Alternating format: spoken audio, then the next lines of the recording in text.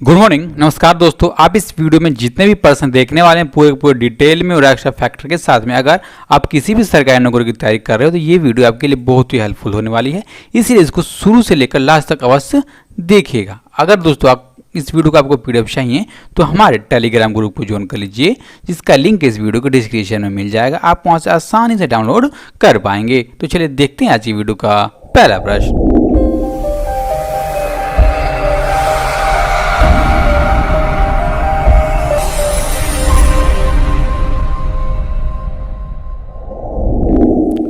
Who replaced Edward Philip as French prime minister, यानी कि फ्रांसीसी प्रधानमंत्री के रूप में एडवर्ड फिलिप का जगह किसने लिया? तो इनका जगह लिया ऑप्शन नंबर डी, यानी कि जीन कास्टिस, और ये प्रेजेंट टाइम पर फ्रांस के प्रधानमंत्री बन गए। अब देखिए इनको नियुक्त किसने किया? तो फ्रांस के राष्ट्रपति हैं इमैनुअल मैक्रोन, इन्होंने इनको नियुक्त किया। अब देखिए इन्होंने जगह किसका लिया? तो एडवर्ड फिलिप का जगह लिया, जिन्होंने अपने पद यानी कि फ्रांस के प्रधानमंत्री के पद से हाल ही में इस्तीफा दिया है, और तब से दोस्तों ये पद खाली हो गया था, तो इसको भरने के लिए जीन कास्टिस ने शपथ लिया है दोस्तों। ठीक है, अब हम जानेंगे फ्रांस के बारे में जो परीक्षा दृष्टिकोण से इंपॉर्टेंट तथ्य है दोस्तों। जो फ्रांस है दोस्तों उसकी राजधानी कहाँ है? पेरिस। प्राइम मिनिस्टर इसके जीन कास्टिस, जो अभी हाल ही में बने हैं। प्रेसिडेंट है इमैनुअल मैक्रोन, और वहां पर मुद्दा चलती है दोस्तों यूरो। ओके, नेक्स्ट क्वेश्चन 2 नंबर के लिए। Where is India in generating e waste in the world, यानी कि भारत दुनिया में ई कचरा जनरेट करने में किस स्थान पर है? तो भारत का नंबर आता है 3रा। तो नंबर 1 नंबर 2 कौन है? तो नंबर 1 है अपना पड़ोसी देश चीन, और नंबर 2 आता है अमेरिका का नंबर। अब देखिए दोस्तों जो ई कचरा है इसका मतलब क्या होता है? और आमतौर पर जो अपना मोबाइल फोन हो गया, लैपटॉप, कंप्यूटर, टेलीविजन और इलेक्ट्रॉनिक्स गैजेट जितने भी होते हैं वो खराब हो जाते हैं, तब उनको नाम दिया जाता है ई कचरा का। आप समझ गए होंगे बहुत अच्छी तरह। अब देखिए 2019 में पूरे वर्ल्ड ने कितना ई वेस्ट को जनरेट करने का काम किया दोस्तों? तो 53.6 मिलियन टन ई कचरा जनरेट करने का काम किया, और जिसमें से केवल इन 3 देशों ने, पहला दूसरा तीसरे देशों ने 38% कुल का जनरेट करने का काम किया, और जिसमें से 17.4% जो दोस्तों कचरा है, ई कचरा है, उसको पुनः चक्र यानी कि फिर से काम करने लायक बनाया गया। ठीक है दोस्तों, अब देखिए एक ऐसा ही प्रश्न है कि यूरोप में दोस्तों जो प्रति व्यक्ति ई कचरा उत्पादन करने का मामला है वो वर्ल्ड में सबसे ज्यादा है। कितना दोस्तों? तो एक व्यक्ति 16.2 किलोग्राम जो भी ई वेस्ट है दोस्तों, ई कचरा है, उसको जनरेट करने का काम करता है। ठीक है दोस्तों, और जो यूरोप है दोस्तों पहला स्थान रखता है इस मामले में। ओके, अब हम देखेंगे अगला प्रश्न 3 नंबर के लिए। Recently the import, trade and sale of dog meat was banned, यानी कि हाल ही में कुत्ते के मांस के आयात, व्यापार और बिक्री पर कहां प्रतिबंध लगाया गया? ये राज्य है नागालैंड, जहां पर प्रतिबंध लगाया गया। और दोस्तों ऐसा प्रतिबंध लगाने वाला ये भारत का दूसरा राज्य है। तो पहला राज्य कौन सा दोस्तों? पहला राज्य है मिजोरम, इसने प्रतिबंध लगाया था मार्च में। अब देखिए दोस्तों कौन से अधिनियम के तहत? तो दोस्तों भारत में food safety and standard regulation 2011 के माध्यम से दोस्तों मांस के सेवन पर, बेचने पर दोस्तों प्रतिबंध लगा दिया गया है। कुत्ते के मांस होना चाहिए। ठीक है दोस्तों, अब देखिए दोस्तों इसमें कहा गया कि अगर कोई सा भी कुत्तों को नागालैंड से खरीदा गया हो दोस्तों, बेचा गया हो या चुराया गया हो, और इसके आसपास के राज्य नागालैंड, मिजोरम, त्रिपुरा और अरुणाचल प्रदेश में अगर बेचा जाता है दोस्तों ये कानून अपराध है। ठीक है दोस्तों, अब देखिए मामला संज्ञान में आएगा है सरकार के। दोस्तों आमतौर पर कुछ शिकायतें आ रही थी कि कुत्ते जो गली में घूमने वाले होते हैं वो आमतौर पर गुम हो जा रहे हैं। ठीक है, उनको चुरा ले रहा है, तो कहीं मरे हुए पा रहे हैं दोस्तों। तो इन सब को देखते हुए सरकार ने लगाया कि इनको दोस्तों खाया जा रहा है, इनको मारा जा रहा है दोस्तों। इनको बंद करने के लिए ये रूल लाया गया है। ओके, अब हम जानेंगे नागालैंड के बारे में। जो नागालैंड है इसकी राजधानी क्या दोस्तों? इसकी राजधानी है कोहिमा, तथा इसके प्रेजेंट चीफ मिनिस्टर निपीहू रियो, और इसके दोस्तों गवर्नर है RN रवि, और इसकी पार्लियामेंट सीटें राज्यसभा की भी एक है, लोकसभा की भी एक ही है। और दोस्तों राज्य के रूप में इसका गठन हुआ था 1 दिसंबर 2013 को। अब देखिए इसके राज्य के जानवर क्या है? मिथुन, बर्ड है बेरिस्ट का ट्रैगोपोन, फूल है रेड ड्रैगन, और पेड़ दोस्तों एल्डर का पेड़। और दोस्तों यहाँ पे एक प्रश्न इससे और पूछा जाता है कि जो नागालैंड का राजकीय भाषा क्या, यानी कि कौन से भाषा में यहाँ पर काम किया जाता है दोस्तों? तो काम किया जाता है अंग्रेजी यानी कि इंग्लिश के भाषा में, आपको याद करना होगा। और सीधे प्रश्न दोस्तों पूछा गया है। Okay, next question, what is the name of the first Indian social media super app developed, यानी कि पहला भारतीय सोशल मीडिया सुपर ऐप विकसित हुआ, उसका नाम क्या है दोस्तों? उसका नाम है ऑप्शन नंबर ए यानी कि एलिमेंट्स। अब देखिए दोस्तों, आमतौर पर हम जानते हैं कि हमारे देश यानी कि भारत में 500 मिलियन से अधिक सोशल मीडिया को उपयोग करने वाले उपभोक्ता है, और ये दोस्तों मामला बढ़ते जा रहे हैं कि संख्या इसकी बढ़ते ही जा रही है दोस्तों। और ये पहला सोशल मीडिया सुपर ऐप है, वो भी पूरा स्वदेशी। अब देखिए दोस्तों, एक हमारे आध्यात्मिक नेता है श्री रविशंकर, वो कौन है दोस्तों?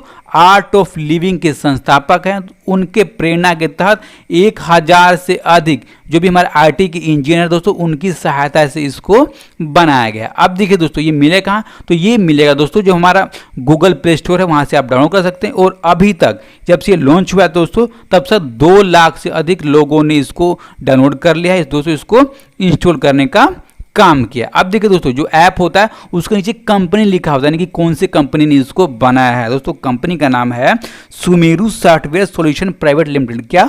Sumeru software solution private limited. Okay दोस्तों, वहां पे नीचे देख लीजिएगा, तब इसको आप डाउनलोड कर लीजिएगा। अब देखिए दोस्तों, एक ऐप नाम जुड़ा हुआ है सुपर ऐप। सुपर ऐप का दोस्तों मतलब क्या होता है? इसका मतलब होता है कि ऐसा ऐप जो कोई एक काम नहीं करता, बल्कि जो हमारे रोजमर्रा की जिंदगी में जो काम होने वाले हैं अलग अलग, वो सारे के सारे काम ये करने का काम करता है दोस्तों। ठीक है, इसका मतलब ये होता है सुपर ऐप का। ओके, नेक्स्ट क्वेश्चन 5 नंबर, जियो प्लेटफॉर्म में कितने प्रतिशत हिस्सेदारी खरीदने के लिए इंटेल कैपिटल ने 1894.50 करोड़ रुपए निवेश किया है? दोस्तों निवेश किया गया ऑप्शन नंबर यानी कि 0.39% का। आप देखिए दोस्तों, जो इंटेल कैपिटल है ये कौन सी कंपनी है दोस्तों? ये अमेरिका की कंपनी है, एक इलेक्ट्रॉनिक चिप बनाने वाली। क्या? इलेक्ट्रॉनिक चिप बनाने वाली एक अमेरिका की कंपनी है दोस्तों। अब देखिए, जियो प्लेटफॉर्म में 22 अप्रैल से लेकर के दोस्तों और इस डील तक इसने अपने कितने प्रतिशत हिस्सेदारी बेचने का काम किया दोस्तों? तो 25.09% दोस्तों हिस्सेदारी को बेचने का काम किया है जियो प्लेटफॉर्म में दोस्तों। अब देखिए, इसके लिए इसने कितना अपना रेवेन्यू जनरेट कर लिया? तो 1,17,588 करोड़ रुपए के रेवेन्यू इसने जनरेट कर लिया है दोस्तों। ठीक है, अब हम जानेंगे जो वो 11 और कंपनियां जिसमें दोस्तों शेयर बेचे गए हैं उनके बारे में दोस्तों। तो लिस्ट देखते हैं। सबसे पहले खरीदा फेसबुक ने कब? 22 अप्रैल को 9.9% हिस्सेदारी के साथ। और दोस्तों ये जियो का सबसे बड़ा शेयर होल्डर है। अब देखिए दोस्तों, आपको वीडियो रोकनी है और आपको एक करके दोस्तों सब कुछ याद कर लेना है। अगर मैं आपको बताऊंगा तो काफ़ी समय लगने वाला है। अब हम देखेंगे जियो के बारे में दोस्तों। जियो है, इसकी स्थापना हुई थी 5 फरवरी 2007 को। इसका हेडक्वार्टर है maker chamber 4, 222 Nariman point, Mumbai. इसके दोस्तों फाउंडर हैं कौन? मुकेश अंबानी, और इसके चेयरमैन भी हैं मुकेश अंबानी ही, तथा इसके मैनेजिंग डायरेक्टर एंड सीईओ हैं प्रेजेंट टाइम पर संदीप दास। अब देखिए दोस्तों, कौन कौन से प्रोडक्ट यानी कि क्या क्या बनाने का काम करती है। तो फिक्स लाइन के टेलीफोन हो गए, मोबाइल फ़ोन, तार रहित ब्रॉडबैंड, इंटरनेट सेवाएं और OTT सेवाएं देने का ये काम करती है। ओके, नेक्स्ट क्वेश्चन 6 नंबर के लिए, When was the International Day of Cooperation observed in 2020? यानी कि सहकारिता का अंतर्राष्ट्रीय दिवस 2020 कब मनाया गया दोस्तों? ये मनाया गया ऑप्शन नंबर बी में दिख रहा है 4 जुलाई को। अब देखिए दोस्तों, जो सहकारिता का इंटरनेशनल डे है ये जुलाई के पहले शनिवार को मनाया जाता है। अब देखिए दोस्तों, इसके मानने के पीछे उद्देश्य क्या है? तो सहकारी समितियों के बारे में जागरूकता बढ़ाना और संयुक्त राष्ट्र द्वारा संबोधित प्रमुख सेवाओं के समाधान के लिए सहकारी आंदोलन के योगदान को उजागर करना दोस्तों इसका मेन उद्देश्य है। ठीक है दोस्तों, अब देखिए इस बार यानी कि 2020 की इसकी थीम क्या है दोस्तों? इसका थीम है आपकी बार का कोऑपरेटिव फॉर क्लाइमेट एक्शन। क्या? कोऑपरेटिव फॉर क्लाइमेट एक्शन अब की बार का इसका थीम है, आपको दोस्तों याद कर लेना है। नेक्स्ट क्वेश्चन 7 नंबर के लिए, Recently, Chinese player Lin Dan announced his retirement. Which sport was he related to? यानी कि हाल ही में चीनी खिलाड़ी लिन डैन ने संन्यास की घोषणा की। वह किस खेल से संबंधित थे दोस्तों? वो संबंधित थे ऑप्शन नंबर बी यानी कि वो बैडमिंटन खेलने का काम करते थे, यानी कि बैडमिंटन खेलते थे चीन की तरफ से। अब देखिए दोस्तों, उन्होंने चीन की तरफ से ओलंपिक में 2 बार गोल्ड मेडल जीतने का काम किया है। कब कब दोस्तों? जब बीजिंग में 2008 में जब ओलंपिक हुआ था, और दूसरा 2012 में ओलंपिक हुआ था लंदन में। तब दोस्तों इन्होंने उसमें गोल्ड मेडल जीतने का काम किया था चीन की तरफ से। अब देखिए दोस्तों इन्होंने संन्यास ले लिया, तो इसका मतलब ये है कि अगले साल जो 2021 में जापान के टोक्यो में ओलंपिक होने वाला, उसमें ये भाग नहीं लेने वाले हैं दोस्तों। इससे हम ये समझते हैं। अब देखिए दोस्तों एक बैडमिंटन के ही मलेशिया के दोस्तों स्टार हैं, उन्होंने दोस्तों संन्यास लिया था पिछले साल। उनका क्या नाम है दोस्तों? उनका नाम है ली चोंग के। क्या? ली चोंग के ने दोस्तों संन्यास लिया था पिछले साल। आपको ये भी याद करना है। ओके, अब हम जानेंगे किसके बारे में? तो चीन के बारे में दोस्तों। जो चीन है उसकी राजधानी कहाँ है? तो बीजिंग है उसकी राजधानी। प्रधानमंत्री हैं ली केकियांग, राष्ट्रपति हैं जी जिनपिंग, और दोस्तों मुद्रा कौन सी है? तो युआन वहाँ पर मुद्रा चलती है चीन में। ओके दोस्तों, आपको यहाँ पे मैं आपको विशेष कहूँगा कि आप इसको प्रधानमंत्री ज़्यादा याद कीजिएगा, क्योंकि दोस्तों ये ज़्यादा पूछा जाता है। ओके, नेक्स्ट क्वेश्चन 8 नंबर के लिए। Which company will remove fair from skin cream Fair and Lovely? यानी कि कौन सी company skin cream Fair and Lovely से फेयर हटाएगी दोस्तों? यानी कि इसका मतलब ये है कि जो फेयर एंड लवली का दोस्तों जो ब्रांड है, जो प्रोडक्ट है, ये किस कंपनी का है जिसमें से ये फेयर हटाने का इसने निर्णय लिया है दोस्तों? दोस्तों ये जो प्रोडक्ट है ये ऑप्शन नंबर बी यानी कि हिंदुस्तान यूनिलीवर का। अब देखिए दोस्तों इसने ऐसा निर्णय क्यों लिया दोस्तों? तो इसके प्रति दोस्तों जो व्यक्ति हैं उनमें रोष पैदा हो रहा था, इसकी आलोचना की जाती थी। इसलिए दोस्तों जो गहरे रंग के व्यक्ति हैं, जो सावले रंग के व्यक्ति हैं दोस्तों, उनको दोस्तों भेदभाव का सामना करना पड़ रहा था इस फेयर लवली क्रीम के कारण दोस्तों। और जो सोशल मीडिया पर ब्लैक लाइव्स मैटर नाम का आंदोलन चल रहा था दोस्तों, उसमें दिखाया जाता था कि कैसे एक काला व्यक्ति है, उसने एक क्रीम लगाई और वो गोरा हो गया दोस्तों। तो इस कारण ये भेदभाव पैदा हो रहा था और आलोचना का सामना करना पड़ रहा था फेयर एंड लवली को दोस्तों। और इसीलिए हिंदुस्तान यूनिलीवर ने ये निर्णय लिया है कि दोस्तों इसके नाम से फेयर को हटा दिया जाएगा। ओके दोस्तों, अब देखेंगे कौन सा प्रश्न? तो 9 नंबर का प्रश्न। इन city were yellow dustbin place for corona रिसीवल, यानी कि किस शहर में कोरोना अपशिष्ट के लिए पीले डस्टबिन लगाए गए? तो लगाया गया ऑप्शन नंबर डी, जो गलत है दोस्तों। और ये लगाया गया है इंदौर शहर में। ठीक है, इंदौर शहर में लगाया तो गया है, तो लगाया किसने है? तो इंदौर नगर निगम ने ये लगाने का काम किया है। अब देखिए दोस्तों जो कोरोना अपशिष्ट के लिए एक अलग कूड़ेदान रखने वाला जो इंदौर शहर है, ये देश का पहला ऐसा शहर बन गया। अब देखिए जो डस्टबिन है किस कलर का है दोस्तों? तो येलो यानी कि पीले कलर का ये डस्टबिन है, आपको याद करना होगा। ठीक है, अब देखिए दोस्तों जो इंदौर शहर है ये देश के जो टॉप 10 कोविड-19 संक्रमित शहर है उसमें भी दोस्तों इसका नंबर आता है। और दोस्तों इसी को देखते हुए ये निर्णय लिया गया है। और आमतौर पर दोस्तों व्यक्ति जो कोविड-19 संक्रमित पीपीई किट होते हैं, दस्ताने होते हैं और मास्क होते हैं, व्यक्ति इनका इस्तेमाल करने के बाद खुले तौर पर रोडों पर फेंक देते हैं, और जिसके कारण कोरोना महामारी फैल सकती है दोस्तों। इसी को चेन को तोड़ने के लिए, कोरोना महामारी को रोकने के लिए ये निर्णय लिया गया है इंदौर नगर निगम के तरफ से, जो बहुत ही सराहनीय है। ओके, अब हम जानते हैं दोस्तों मध्य प्रदेश के बारे में। जो मध्य प्रदेश है इसकी राजधानी कहाँ है? तो भोपाल है इसकी राजधानी। दोस्तों मध्य प्रदेश के बारे में आपको तो याद ही होगा। ओके, इसके chief minister Shivraj Singh Chouhan, governor हैं लालजी दास टंडन, और दोस्तों पार्लियामेंट सीटें हैं 12 राज्यसभा की और लोकसभा की 29। अब दोस्तों ये राज्य बना था कब? 26 जनवरी 1950 को।